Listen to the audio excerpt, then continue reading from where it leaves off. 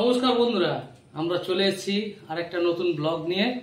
আমরা আজকের নিহারে মাছের একটা রেসিপি করে দেখাবো, সেটা আপনারা দেখবেন এবং কেমন হয়েছে জানাবেন। চ্যানেলটা একটু সাবস্ক্রাইব করে দেবেন এগিয়ে যাওয়ার জন্য, আর একটু শেয়ার করবেন বেশি বেশি করে, একটু লাইক কমেন্ট শেয়ার করবেন। আজকে একটা নতুন ভিডিও নিয়ে আসছি। এই মাছ ছাড়া হলো,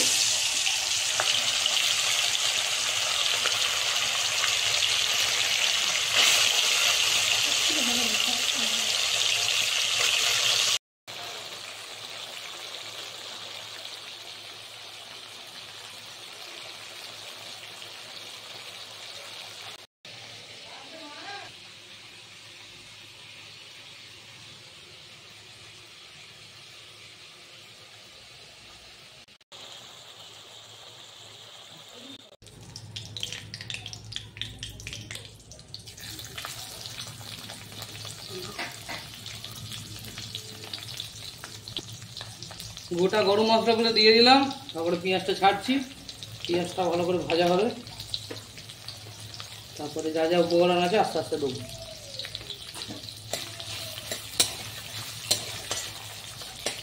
লাল লাল হয়ে এসছে, এবার রসুনটা দিয়ে দেবো। বেশি পরিমাণে রসুনটা দিলাম।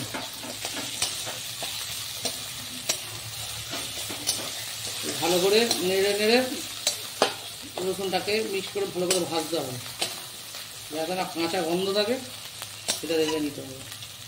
হয়ে গেছে, এবার আদাটা দিয়ে দেবো। এটা ওর সঙ্গে ভেজে নেবো একসাথে, এটা ওর সঙ্গে ভালো করে ভেজে নেবো একসাথে।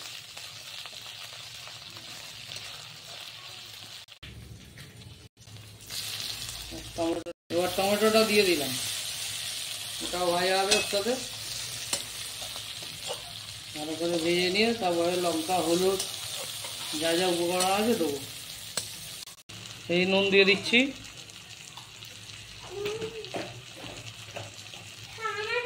এরপর হলুদ গুঁড়ো,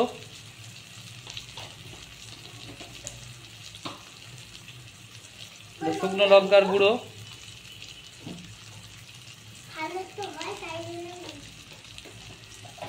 নমস্কার, একটা ভিডিও নিয়ে আমি চলে এসেছি। আবার নতুন রেসিপি আমি করতে চলছি। তোমরা ভিডিওটা লাইক করে দেবে, আর কমেন্ট করবেন পছন্দ হলে। লাল লাল করে মশলাটা ভালো করে কষিয়ে নিলাম। এবার মাছটা ভেজে রাখা মাছটা দিয়ে দেবো।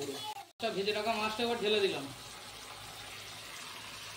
এবার ওই মশলার সঙ্গে কষে নেবো।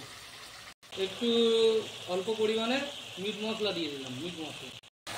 মাছটা কষা হচ্ছে, এর মধ্যে ধনে পাতা কাঁচা লঙ্কাটা দিয়ে দিলাম।